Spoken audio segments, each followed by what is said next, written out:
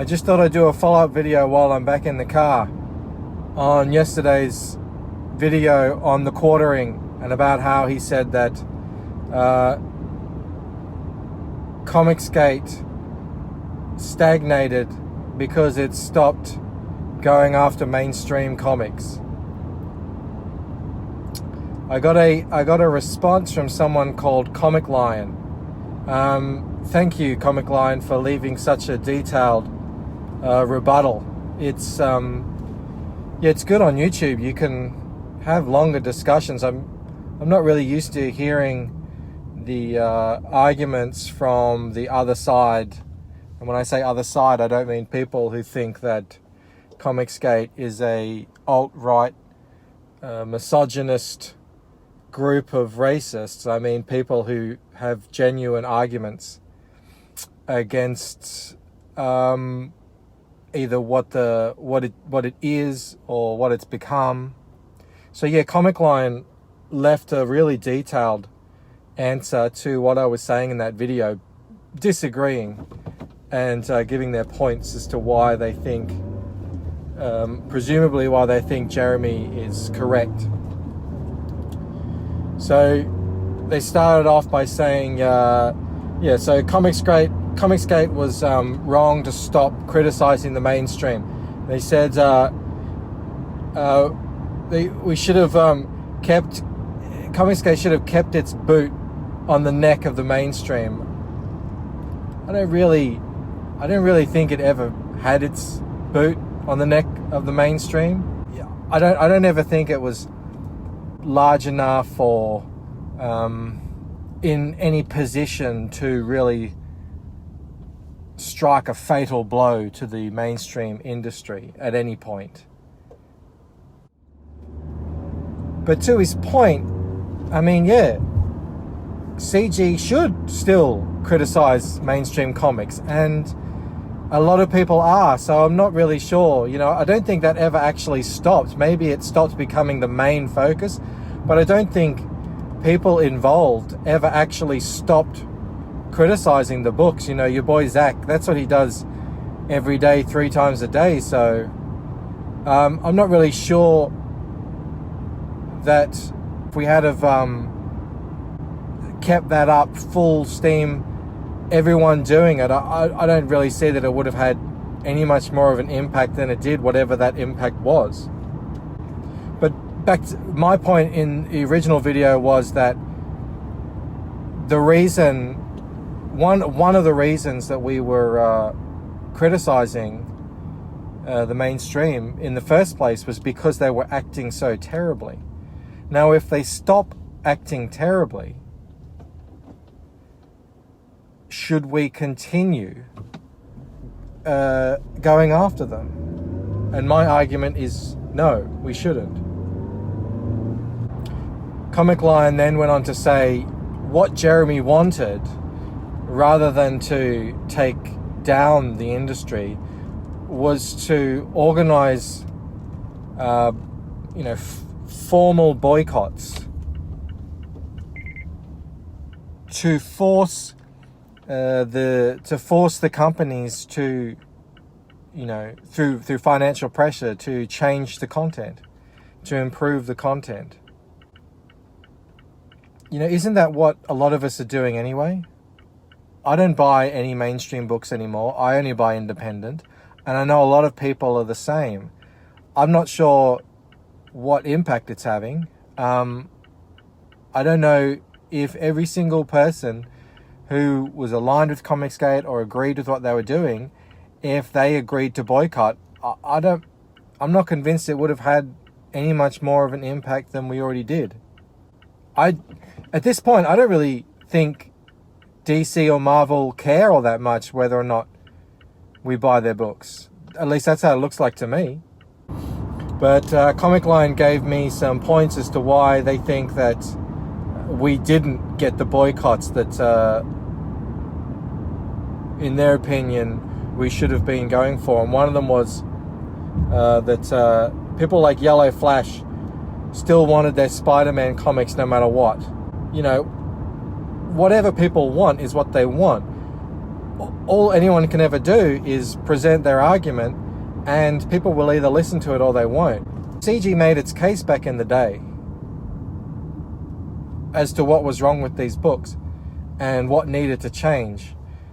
If people didn't want to boycott, they're not going to boycott. You can't force them to.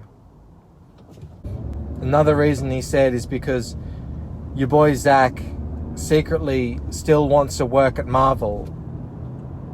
Maybe, I don't know. That seems like a bit like mind reading to me. I definitely know, he's interested in a lot of those characters, but I mean, I don't think Marvel could afford him. I don't think he wants to work for chump change. I don't know. It doesn't look that way to me. That's all I'm going to say. The last point he made about why a boycott didn't happen is because EVS suspects that he's going to have to tuck tail and go back to DC at some point over the next decade. Well, I mean, at this point, is DC even going to be around in a couple of years, let alone over the course of a decade? And again, I think that's just a bit of mind reading, a bit of presuming what other people's intentions and motivations. I don't really get into that. At least I try not to. DC would love to have Ethan Van Sciver back. I mean, he's one of the biggest names in comics now. He's got a huge loyal fan base, and he's doing the best work he's ever done in his whole career. So why wouldn't they want him back? But the question is, would he go back? And I don't know, from everything I've heard of him, he's just saying he just wants to work on Cyberfrog, and more power to him, I say. So apparently what CG did wrong was, instead of focusing on peeling readers away from the mainstream, instead we decided to, and this is something I've been hearing more and more, the phrase monetize a hashtag. And yeah, apparently that was the fatal mistake, is the quote. Well, the mainstream's been losing readers all by itself for years now, chasing away loyal customers who've been reading for decades, and chasing after phantom audiences that don't exist. I thought that's what we were doing. I was a mainstream comic guy, since I was 11, on and off. And yeah, I don't think I'm going back. I don't know what percentage of people who are like me, who've turned away from the mainstream, from what Comicsgate has been doing, but it's not zero. But anyway, you peel away readers from the mainstream, and you don't want them to get involved in a new indie scene. What are you having them do? So they're peeled away from the industry to do what? You're peeling away tens of thousands, hopefully eventually hundreds of thousands of readers away from buying Spider-Man and Batman comics. What then do you want them all to do? That's what I'm not really clear on. So yeah, he goes on to say that as soon as CG stopped focusing on the mainstream and the SJW creators, that's when it slowed down and the mainstream rebounded. Did it? I didn't really notice that. Maybe you're seeing something that I'm not seeing. I'm seeing a steady decline happening. I haven't seen the mainstream rebounding. I just heard news today that there's more upheaval at DC. No one's really looking forward to the 5G. Marvel seems to be getting kookier and kookier by the day. I'm not really sure what you're referring to there. I don't know, if I worked in the industry, I wouldn't really be feeling too positive about my prospects over the next 10 years. I'd be quite worried about the future of my job in an industry like that. So yeah, all we've really seen is a reduction in the craziness on Twitter, really. Besides that, I don't see how much of an effect CG had on how the bigger companies do their business. They're still chugging along in the same way that they have been since about 2014.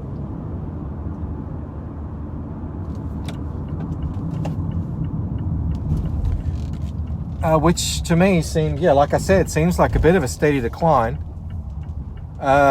Whereas crowdfunding, CG or not, looks to be on the up and up. We've had a huge boom in crowdfunding since, the days back before CG started. So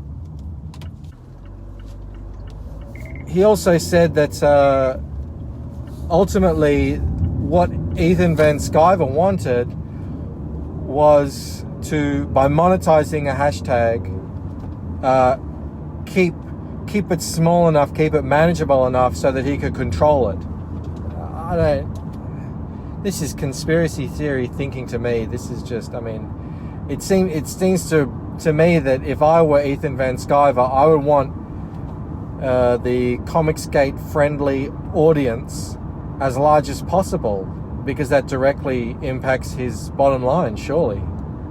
I don't know. People impugn Ethan seemingly as some kind of Machiavellian character trying to control everything. I don't really see that. I'm not going to change your mind. You're not going to change mine.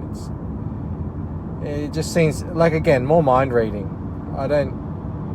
It's hard for me to take that line of reasoning seriously. And he made another argument that, I hear quite a bit. And I don't know, this is all subjective. He says that properties like Cyberfrog or Jawbreakers, they're never going to be popular in the mainstream. Now, to me, I don't know, this is really kind of short-sighted, cynical thinking. I'm not saying that you're wrong, but I'm saying that kind of thinking, that way of thinking is wrong, in that you don't know that, and I don't know that, and no one knows that, because no one can. Every new property has to start somewhere, has to come from somewhere, and people are always on the lookout for new things. On top of which, people are getting really sick of old things being rehashed, reshaped. Where's the next big thing more likely to come from? A really buzzing independent scene full of creators who are just desperate to, make names for themselves and not hindered by, mainstream sensibilities and corporate limitations. Is it more likely to come from there, or to come from people who haven't put out anything new or lasting for a long time, except they've made attempts by changing an old character's gender or race or whatever silliness, or sexual orientation. It seems to me that the next best thing is much more likely to come out of an independent comic book scene. That's just my 2 cents. And on top of that, you've got young guys who are unknown, who, for the first time ever, this has never happened before. Can you be a nobody and build some connections, get yourself out there a little, and actually stand to make a little bit of money off your creations? That's never really happened before without having to sign up to some publisher or sign your property over to some big company. This is the chance for something to go viral. Who knows? Nobody does. Yeah, so Comic Line finishes off by saying that CG began as a consumer movement and it should have developed into a movement against consumerism instead of people just desperate to buy new things. Well, where do I start with that? It's the comic book industry. It's supposed to be an industry. It is consumerism. It is about buying things. What's this all about if not trying to sell more comics? Yeah, I don't know. We might just be coming at this from a different place, have a different worldview. I don't know. I don't see anything wrong with consumerism in this sense. I don't know. I might just be interpreting what you're saying wrong, but I don't know. It feels wrong-headed to me. But yeah, ultimately, when you're in the middle of something like Comicsgate, the birth of Comicsgate, in the middle of all that, it's going to be hard to know what to do, what the right thing to do is. But yeah, hindsight is 20/20, isn't it? From where I'm sitting, it's clear to me that the SJW converged mainstream comic book industry was never going to change. It wasn't ever on the cards. It didn't matter what we did. It didn't matter what anyone did. Nothing was going to change their practices or what they were doing. And the way they view comic books and use comic books. They captured comics. And for them, it's an ideological win. They planted their flag in the castle and they're not going to give it up. And yeah, you don't have to be an SJW to work in mainstream comics. But you sure as hell can't oppose the social justice agenda that's going on there. You got to stay quiet. You got to play along, or else you're out. And it's become clear by now, hasn't it, that since the two big companies, they're subsidized by their parent companies, so they're, to an extent, they're immune to anything that we could possibly do to them financially through boycotting or any other means. They exist purely at the whim of the parent company. That's played out time and time again. We've seen artists and writers continuously fail upwards for years now. So, without pivoting to crowdfunding our own books, I just don't think that all the energy that kind of bubbled up around 2017 would have gone anywhere. I think it just would have fizzled out into nothing. You'd have a small group of people still out there ragging on Marvel and DC. There's people still doing that now, and that's fine, that's great. But just like they were then, just like they are now, and just like they always will be, you're banging your head against a wall. And it's not going to have any effect because they're not listening and they're not going to change. So yeah, that's my response. Thanks for leaving that comment, Comic Line. I really appreciate the time you took to write that out and give me your thoughts. it's great to have these sorts of discussions on YouTube. You know, Twitter is the worst for this sort of stuff. Hopefully, yeah, you can agree on some points. Probably not, but yeah. Guys, if you like this video, give it a like. If you want to see more like this, subscribe. I'll probably be uploading more like this. Just, you know, it's easy to just kind of get in the car and flesh out some thoughts. So yeah, hit subscribe, leave a comment, tell me why I'm wrong. And yeah, I'll see you soon. Cheers.